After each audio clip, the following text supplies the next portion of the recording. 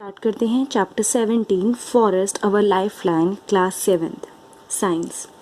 One evening Bujo entered the park with an elderly person. He introduced him to his friends. Professor Ahmed was a scientist working in the university. The children started playing while Professor Ahmed sat on a bench in the corner. अब उसने क्या बताया कि एक शाम को जो बूजो है वो एक एल्डरी पर्सन के साथ एंटर हुआ. ठीक है, उसने उनको इंट्रोड्यूस कराया अपने दोस्तों को कि देखो ये है, और जो प्रोफेसर अहमद हैं वो एक साइंटिस्ट हैं जो यूनिवर्सिटी में काम करते हैं. ठीक है, मतलब वो पहले यूनिवर्सिटी में काम करते थे. द चिल्ड्रन स्टार्टेड प्लेइंग, मतलब जब बच्चे खेलने लग गए थे तो प्रोफेसर अहमद ने क्या किया, वो एक कॉर्नर में एक बेंच पे जाके बैठ गए. वो काफ़ी थक गए थे क्योंकि उन्होंने अपने टाउन के अंदर एक गोल्डन जुबली सेलिब्रेशन था उसमें पार्टिसिपेट किया था. ठीक है, तो कुछ देर बाद क्या हुआ, जितने भी बच्चे थे the children also came and sat around him, वो भी उनके पास में बैठ गए. They wanted to know about the celebrations, वो जानना चाहते थे कि सेलिब्रेशन किस तरह हुई और क्या क्या चीज़ें हुई थी.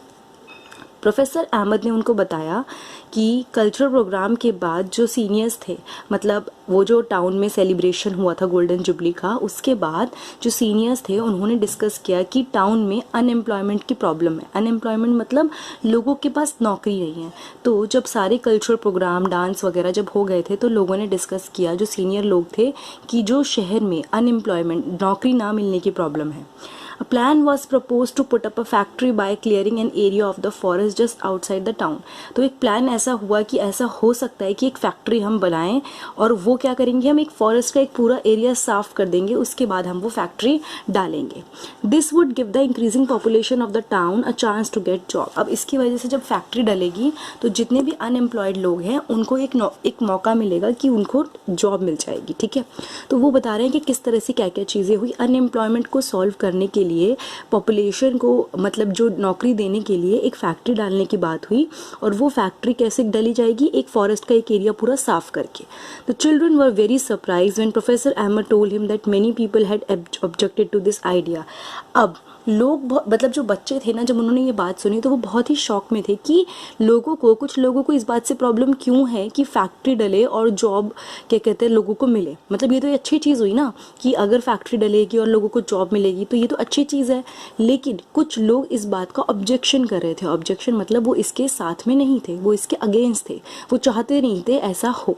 तो बच्चे वही बात सोच रहे थे कि ऐसा क्यों है, ऐसे लोग क्यों हैं कि ऐसा लोग क्यों चाहते हैं कि फैक्ट्री ना डले. उसके बाद ये ऐसा इसलिए है, this is because the forest serve as green lungs and water purifying system in nature. आप इस लाइन को अंडरलाइन कीजिए कि जो फॉरेस्ट है वो क्या करते हैं, वो ग्रीन लंग्स, मतलब कि वो लंग्स की तरह बिहेव करते हैं और पानी को प्योरीफाई करते हैं नेचर में. तो यहाँ पे जो फॉरेस्ट है उनका फंक्शन एक तो यही है कि वो लंग्स क्या, ग्रीन लंग्स की तरह बिहेव करते हैं और पानी को प्योरीफाई करते हैं नेचर में. Professor Ahmed explain, the children were confused. अब उन्होंने ये चीज़ तो समझा दी प्रोफेसर, लेकिन बच्चे अभी भी मतलब श्योर नहीं थे, वो कंफ्यूज थे कि ऐसा क्यों कहा जा रहा है. Professor Ahmed realise that the children had not visited a forest. अब इस वजह से ना जो प्रोफेसर अहमद थे उनको रियलाइज़ हुआ, उन्हें पता चला कि जो बच्चे हैं ना वो आज तक फॉरेस्ट में कभी घूमने नहीं गए हैं, इसलिए उनको पता नहीं है कि फॉरेस्ट कितने इंपॉर्टेंट होते हैं. The children also wanted to know more about the forest, so they decided to visit it with professor Ahmed. अब बच्चों को भी जानना था फॉरेस्ट के बारे में ज़्यादा से ज़्यादा, तो उन्होंने डिसाइड किया कि वो प्रोफेसर अहमद के साथ घूमने जाएंगे. ठीक है, तो इससे क्या पता चला कि बच्चों को अभी तक आइडिया नहीं था, उनको कुछ भी नहीं पता था कि फॉरेस्ट इतने इंपॉर्टेंट क्यों होते हैं. तो वो लोगों ने डिसाइड किया कि वो प्रोफेसर अहमद के साथ जाएंगे. उसके बाद एक टॉपिक है visit to a forest. One Sunday morning the children packed a few things like a knife, a hand lens, stick, notebook and walk together through a forest trail near a village. अब एक Sunday की सुबह बच्चों ने कुछ चीज़ें pack करी, जैसे कि एक चाकू, एक हैंड लेंस और एक स्टिक, पतली सी डंडी, एक नोटबुक और कुछ चीज़ें पैक करी, और उन्होंने एक विलेज के पास में फॉरेस्ट में वॉक करना स्टार्ट किया. अपने रास्ते में उनको एक टिब्बू मिला, एक young boy of their age group. ठीक है, बच्चे का नाम था टिब्बू. तो अपने रास्ते में उनको टिब्बू मिला जो एक छोटा सा बच्चा था उनकी ही एज ग्रुप का, और वो पास की विलेज का था, जो अपने साथ गायों को और जो कैटल होते हैं भेड़ बकरियों को चराने के लिए लेके जा रहा था अपनी आंटी के साथ. ठीक है, जब बच्चे वॉक कर रहे थे तो उन्होंने देखा कि टिब्बू अपनी आंटी के साथ और बाकी सारे भेड़ बकरियों को चराने लेके जा रहा है. ठीक है, he was very agile, running here and there to keep the herd together. वो क्या कर रहा था, वो बहुत कोशिश कर रहा था कि जितनी भी भेड़ बकरियां हैं, जो गाय हैं, वो भागे नहीं, वो एक साथ रहें, वो इधर उधर ना जाएं, वो मतलब एक साथ ही एक ग्रुप में बने रहें. When he saw the children, Tibu also started walking along with them while his aunt went on a different path. जब उसने देखा कि बच्चे हैं, जब टिबू ने देखा कि बच्चे यहाँ पर हैं, तो उसने क्या किया, वो टिबू बच्चों के साथ ही चलना शुरू हो गया और उसकी जो आंट थी टिबू की, वो दूसरे रास्ते में चली गई. ठीक है. As soon as they entered the forest, Tibu raised his hand and signaled them to keep quiet because noise could disturb the animal living in the forest. अब जैसे ही वो जंगल में घुसे तो उन्होंने क्या करा, टिबू ने ये सबको इशारा किया कि वो चुप रहें, वो ज़्यादा बात ना करें. क्यों? क्योंकि अगर वो ज़्यादा बात करेंगे या शोर मचाएंगे तो जितने भी जानवर हैं वो सब के सब परेशान हो जाएंगे, वो सब डिस्टर्ब होंगे. ठीक है. इसलिए टिबू ने उन्हें कहा कि जितने भी बच्चे अभी जा रहे हैं सबको उसने इशारा किया कि आप चुप रहना. ठीक है. Tibu then took to a place at a height to show them the broad view of the forest. Tibu कहाँ गया, उसके बाद एक जगह गया जहाँ से उसने फॉरेस्ट का पूरा व्यू, एक होता है ना कि आप पास से देखोगे थोड़ा सा दिखेगा, लेकिन आप दूर से देखो तो आपको सब कुछ क्लियर दिखेगा, तो वो एक ऐसी जगह लेके गया जहाँ से फॉरेस्ट का सारा व्यू क्लियर आ रहा था. Children were surprise because they could not see any land. अब चिल्ड्रंस थे वो बहुत सरप्राइज थे, क्योंकि आप लेफ्ट पे फोटो देखिए, ये व्यू ऑफ अ फॉरेस्ट, क्योंकि उन्हें कोई लैंड नहीं दिखा, मतलब खाली एरिया नहीं दिखा, सिर्फ फॉरेस्ट ही फॉरेस्ट दिखा. The different tree tops had formed green cover over the land. अब अलग अलग ट्रीज ने क्या हुआ, पूरा का पूरा ग्रीन कवर बना लिया था, मतलब ग्रीन से ही, ग्रीनरी से ही पूरा कवर था. However, the cover was not uniformly green. लेकिन जो कवर ग्रीन प्लांट, जो ट्रीज की वजह से जो ग्रीन बना था वो पूरा यूनिफॉर्म नहीं था, एक जैसा नहीं था, कहीं से कुछ ज़्यादा था, कहीं से कम था. तो उन्होंने देखा कि जो फॉरेस्ट है वो बिल्कुल ग्रीन है और वहाँ पे लैंड नहीं दिख रहा, मतलब नीचे की ज़मीन नहीं दिख रही, सिर्फ पौधे ही पौधे, पेड़ ही पेड़ दिख रहे हैं, और सबका कलर ग्रीन भी नहीं था, मतलब मिक्स था, यूनिफॉर्म नहीं था. The environment was peaceful and a cool breeze was blowing. मतलब जो environment था, जो आसपास का नेचर था, वो बहुत ही शांत था और ठंडी ठंडी सी हवा वहाँ से मतलब जा रही थी, ठंडी ठंडी हवा बह रही थी. This made children quite fresh and happy, क्योंकि बहुत ही अच्छा इन्वायरमेंट था, जैसे सिटीज़ में होता है जहाँ पे मतलब गाड़ियों का शोर और धुआं और इंडस्ट्रीज़ का धुआं, फैक्ट्रियों का धुआं, वहाँ पे वो सब कुछ भी नहीं था. वहाँ बहुत शांति थी और बहुत ठंडी हवा बह रही थी, जिसकी वजह से बच्चों को बहुत अच्छा लगा और उन्हें खुशी हुई. While coming down, they got excited on hearing a sudden sound of birds and some noise from the top branches of the trees. अब कुछ जब वो वापस आ रहे थे तो उन्होंने देखा कि कुछ बर्ड्स की आवाज़ें आ रही हैं और कुछ ऊपर की ब्रांचेस पे से कुछ आवाज़ें आ रही हैं, कुछ एनिमल्स की. ठीक है. टिबू ने उन्हें बोला कि वो आराम से रहें, रिलैक्स करें, क्योंकि ये एक नॉर्मल फिनोमिना है. अगर वहाँ से आवाज़ें आ रही हैं अलग अलग पक्षियों की, जानवरों की, तो ये नॉर्मल चीज़ है, जंगलों में ये होता रहता है, ये कोई अलग चीज़ नहीं है. Because of the children present, some monkey had climbed higher up on the trees while they disturbed the birds. अब हुआ क्या कि बच्चों के होने की वजह से जो मंकी जो नीचे भी रहते हैं ना, वो ऊपर चले गए थे, एकदम ऊपर जाके वो जो ऊपर की बर्ड्स है ना उनको डिस्टर्ब कर रहे थे. ठीक है. Animal often give this types of warning call to alert other animals. अब क्योंकि बच्चे हैं वो वहाँ पे घूमने गए हैं, बट दूसरे एनिमल्स का तो वो घर है फॉरेस्ट, तो वो बच्चों क्या होता है कि वो ना दूसरों को अवेयर करने के लिए जाते हैं. तो एक एनिमल ने दूसरों को अवेयर करने के लिए वो ऊपर गए कि देखो वहाँ पे कोई आया हुआ है. ठीक है. तो वो एक तरह से वार्निंग सिस्टम होता है उनका कि दूसरे को वो बताना कि कोई आया है. Tibu also told that many other animals like boar, bison, jackals, porcupine, elephant live in the deeper areas of the forest. मतलब ये जितने भी एनिमल्स हैं ना, जैसे कि बिसॉन, जकाल, पॉक्यूपाइन, ये सब जो बिल्कुल अंदर का एरिया होता है. ये तो ऐसा तो नहीं है कि वो फॉरेस्ट के बिल्कुल अंदर तक चले गए थे, क्योंकि फॉरेस्ट बहुत बड़ा होता है, तो बाहर की साइड से वो घूम रहे थे. तो उन्होंने बोला कि डीपर एरियाज, बहुत अंदर जाके ये सारे एनिमल्स भी मिलते हैं. Professor Ahmed caution children that they should not go deep into the forest. और उन्होंने ये भी समझाया प्रोफेसर अहमद ने कि बच्चों को फॉरेस्ट के बिल्कुल अंदर तक नहीं जाना चाहिए. रीज़न इज़ वहाँ पे बहुत सारे जंगली जानवर होते हैं. अगर आप उनके घर में जाओगे, आप बहुत डीप में जाओगे, तो वो भी अपने आप को बचाने के लिए जो हो सकता है वो करेंगे, तो वो हार्म भी कर सकते हैं. Bujo and Paheli remember that they have studied about forest as an example of habitat in class 6. अब बूजो एंड पहेली को याद आ गया कि उन्होंने फॉरेस्ट के बारे में पढ़ा था कि वो क्या है, एक एग्जाम्पल है हैबिटेट का, क्लास 6 का. They could see now how the forest provide a home for many animals and plant. अब उनको लग रहा है कि जो उन्होंने पहले पढ़ा था कि जैसे उन्होंने ये पढ़ा था कि जो फॉरेस्ट होते हैं ना वो लोगों का मतलब वो जानवरों का घर होते हैं। अब वो खुद देख पा रहे थे कि किस तरह से फॉरेस्ट के अंदर अलग अलग तरह के जानवर रहते हैं। ठीक है, फिगर 17.3 में फॉरेस्ट एज हैबिटेट है, और उसके बाद यहाँ पर है सम फॉरेस्ट एनिमल, कुछ एनिमल्स की फोटो रखी है जो एनिमल्स पाए जाते हैं। The land where the children were walking was uneven and covered with many trees. जहाँ पे बच्चे चल के जा रहे थे वो जो लैंड था ना वो एकदम समतल नहीं था, मतलब ऐसा नहीं है कि बिल्कुल प्लेन लैंड पे वो चल रहे हैं, वो ऊपर नीचे था। ठीक है, और वो बहुत सारे ट्रीज से भी कवर्डेड था, वहाँ पे बहुत सारे ट्रीज थे। तब तिब्बू ने उनको हेल्प किया कि वो पता लगाएं कि ये जो ट्री है ये साल का है, ये टीक का है, ये सीमल, ये शीशम का है, ये नीम का है। तो मतलब तिब्बू ने उनको हेल्प किया पता लगाने में कि अलग अलग ट्रीज यहाँ पे हैं। Professor Ahmed pointed out that there are several other trees. Professor Ahmed ने उन्हें क्या बताया कि यहाँ पे और ट्रीज भी हैं, shrubs, herbs and grasses in the forest. मतलब कि उन्होंने बताया कि ट्रीज के अलावा यहाँ पे कई तरह की श्रब्स हैं, ट्रीज से छोटे पार्ट, हर्ब्स भी हैं और ग्रासेस भी हैं। ठीक है, तो trees were also covered with different types of creepers and climber. अब जो ट्रीज है ना उनके ऊपर कई सारे क्रीपर्स हैं और क्लाइंबर्स हैं।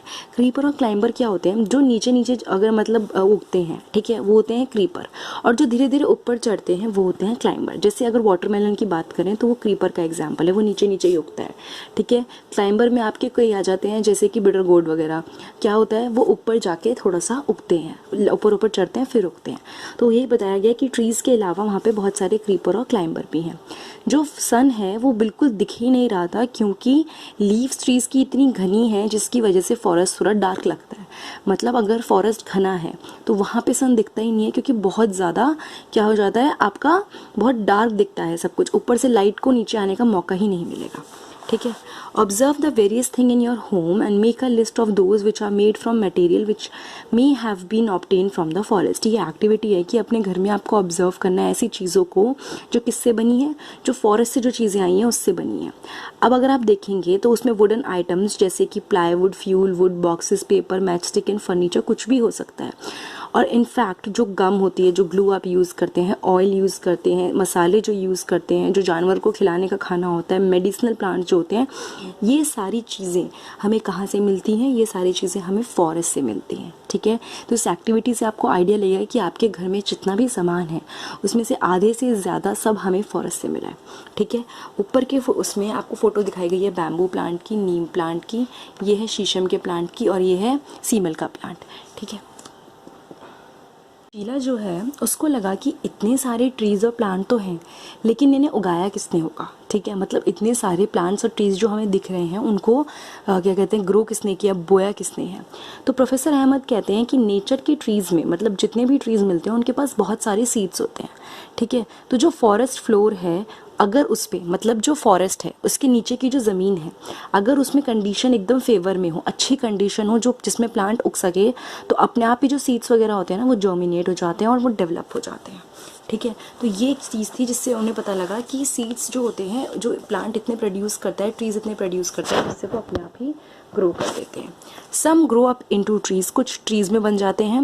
And he added that branchy part of a tree above the stem is known as the crown of the trees. की मतलब जो ऊपर ऊपर का पार्ट होता है, ठीक है, ये जो पार्ट है ये क्राउन होता है। जैसे हमने देखा है ना राजा के और रानी के ऊपर क्राउन होता है, तो क्राउन मतलब जो उनके ऊपर की साइड होता है। तो ये देखो अलग अलग शेप के क्राउन है, ये उसके क्राउन की शेप बिल्कुल अलग है, इसके क्राउन की शेप अलग है, ये थोड़ा गोल क्राउन है, ये और फैला हुआ क्राउन है, ये बिल्कुल ऐसा। तो ये सारी क्या है, ये क्राउन ऑफ द ट्रीज हैं। जो उनके ऊपर का ब्रांची पार्ट होता है वो होता है क्राउन। ठीक है, उसके बाद है professor Ahmed asked children to look up and observe how the branches of the tall tree look like a roof over the other plant in the forest. He told them that this is called a canopy. अब उन्होंने क्या बोला कि professor Ahmed ने बच्चों को कहा कि वो ऊपर देखें और देखें कि ब्रांचेस उनकी कैसी लग रही हैं। ठीक है, tall trees look like a roof over the other plant in the forest. मतलब कि जब आप नीचे से ऊपर देखोगे तो जो कवर दिख रहा है, ठीक है, वो उसका कैनोपी है। ठीक है, फिगर 17.7 में दिखाया हुआ है कैनोपी को, ये कैनोपी दिखाया हुआ है। ठीक है, ये अंडर स्टोरी है और ये कैनोपी है। इस तरह से उन्होंने दिखाया कि जो नीचे की side that is under story और ये जो दिखाया है ये है कैनोपीज। अब इसमें लिखा है कि आप एक फॉरेस्ट में आप विजिट करिए या फिर एक आसपास के पार्क में आप विजिट करिए और वहाँ पे जितने भी ट्रीज़ हैं उनको आइडेंटिफाई कीजिए। ठीक है, अपने एल्डर्स की हेल्प से, मतलब जो आपके बड़े हैं या फिर बुक्स की हेल्प से आप उन ट्रीज़ का पता लगाइए और उसके बाद कैरेक्टरिस्टिक भी बताइए जो ट्री की आपको दिख रही हैं, जैसे कि हाइट हो गई, शेप हो गई, लीफ, क्राउन, फ्लावर, फ्रूट्स, इन सबको भी आप देखें, आपको पता चलेगा काफ़ी कुछ उसके बारे में। उसके बाद आप ड्रॉ भी कीजिए, जो ट्रीज़ का क्राउन आपको दिख रहा है उसको भी ड्रॉ कीजिए, मतलब एक बेसिक सा रफ सा स्ट्रक्चर आप बनाइए। प्रोफेसर अहमद ने पॉइंट आउट किया कि जो ट्रीज़ होते हैं ना उनका क्राउन बहुत डिफरेंट टाइप के और डिफरेंट साइजेस के होते हैं। ठीक है, these had created different horizontal layers in the forest. अब इस क्राउन की वजह से अलग अलग, हॉरिजॉन्टल होता है जो नीचे से समतल हो, एक होता है वर्टिकल जो सीधी खड़ी हो, और हॉरिजॉन्टल होता है इस तरह से। ठीक है, तो इसकी वजह से डिफरेंट हॉरिजॉन्टल लेयर्स हैं जो फॉरेस्ट में प्रेजेंट हैं।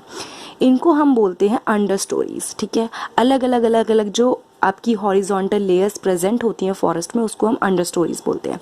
Giant and tall trees constituted the top layer followed by shrubs and tall grasses and herbs form the lowest layer. मतलब कि जो बड़े बड़े ट्रीज हैं जो टॉप लेयर पे आते हैं वो किसके बाद होते हैं, अब देखो, यानी सबसे पहले आपके टॉल ट्रीज आएंगे, उसके बाद श्रब्स आती हैं, फिर टॉल ग्रासेस आती हैं, और सबसे नीचे कौन सी आती हैं, हर्ब्स आती हैं जो लोएस्ट लेयर फॉर्म करती हैं। अगर हम अलग अलग लेयर्स को देखें तो सबसे पहले हो गए बड़े ट्रीज, टॉल ट्रीज, उसके बाद आपके आए श्रब्स और टॉल ग्रासेस, फिर आए हर्ब्स एंड लोएस्ट लेयर। ठीक है, would we see similar kind of trees in every forest? क्या हमें सेम तरह के पेड़ पौधे या ट्री दिखेंगे हर फॉरेस्ट में? बूजो ने ये चीज़ पूछी।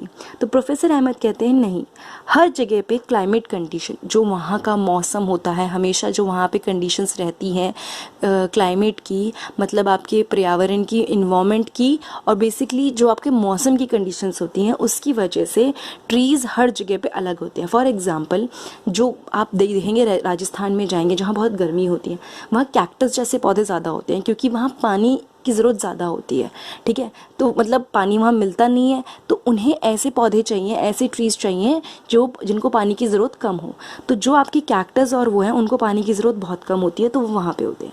अगर आप दिल्ली जैसे एरिया में आएंगे या पहाड़ों पे जाएंगे तो बिल्कुल अलग तरह के ट्रीज़ होते हैं जो बर्फ़ में रह सकें।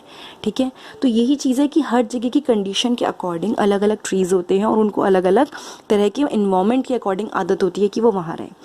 The type of animals also differ from forest to forest. अब ये भी नहीं है कि हर जगह पे फॉरेस्ट भी सेम होगा और एनिमल्स भी उसके अंदर सेम होंगे। जैसे कि एनिमल्स भी फॉरेस्ट पे डिपेंडेंट होते हैं, तो हर तरह का एनिमल फॉरेस्ट पे डिपेंड करता है। मतलब अगर ठंड में जाएंगे, ऊपर पहाड़ों में जाएंगे, तो वहाँ पे होगा कि ऐसा एनिमल जो ठंड में रह सके, ठीक है, जो ठंड के फॉरेस्ट में रह सके। और वही गर्मी में अगर आप जाएंगे तो जहाँ पौधे कम होंगे वहाँ पे ऐसे एनिमल्स होंगे जिनको बहुत ज़्यादा फॉरेस्ट की ज़रूरत ना हो, बहुत ज़्यादा मतलब पेड़ पत्तों की ज़रूरत ना हो। तो ये एनिमल और फॉरेस्ट डिपेंड करता है क्लाइमेटिक कंडीशन पे। किसी भी जगह की क्लाइमेटिक कंडीशन पे डिपेंड करता है कि वहाँ पे किस तरह का फॉरेस्ट होगा या किस तरह का एनिमल होगा। कुछ बच्चे बिजी थे, वो बटरफ्लाइज वगैरह को देख रहे थे जो इधर उधर फ्लटर कर रही थी, इधर उधर उड़ रही थी। They had a close look at the bushes. अब उन्होंने ध्यान से बुशेस में देखा। While doing that, their hair and cloth had seen a shrubs clinging to them.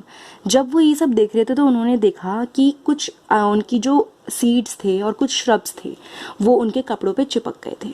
तो उनके ना जब वो रास्ते में थे तो बहुत सारे इंसेक्ट्स भी थे जो उनके रास्ते में मिले, जैसे कि स्पाइडर्स हो गई, ठीक है, मकड़ी हो गई, आपकी गिलहरी हो गई, चींटियाँ हो गई, और बहुत छोटे छोटे एनिमल्स थे जो ट्रीज़ की बाग्स पे थे, या फिर कुछ ऐसे भी थे जो क्या कहते हैं लीव्स थी जो बेसिकली जो सूख चुकी थी, ठीक है, डिकेइंग लीव्स फॉरेस्ट फ्लोर पे। तो उन्होंने एक चीज़ नहीं बहुत सारी चीज़ें ऑब्जर्व करी। दे स्टार्टेड मेकिंग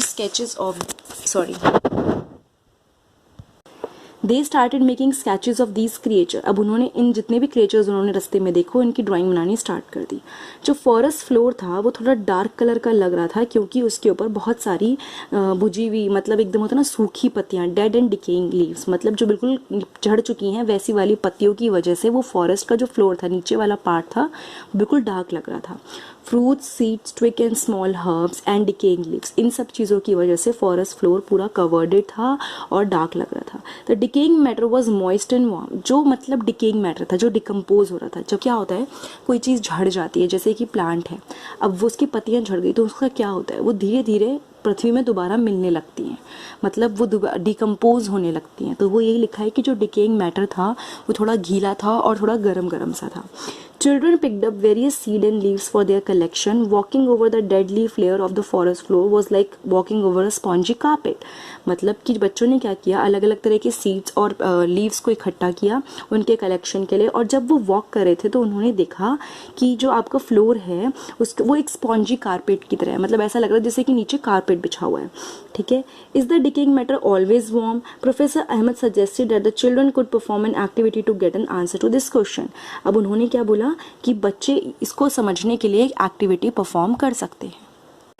ये था part 1 chapter 17 class 7th science का। अगर ये वीडियो आपको अच्छी लगी हो तो please like, comment and subscribe करना मत भूलिएगा। मेरे चैनल को सब्सक्राइब कीजिएगा, और अगर आपको इसका सेकंड पार्ट देखना है तो प्लीज़ लिंक में जाके चेक कीजिए, या फिर मेरे चैप्टर की 7th क्लास साइंस की प्लेलिस्ट में जाके आप सारे चैप्टर्स को देख सकते हैं। Thank you so much.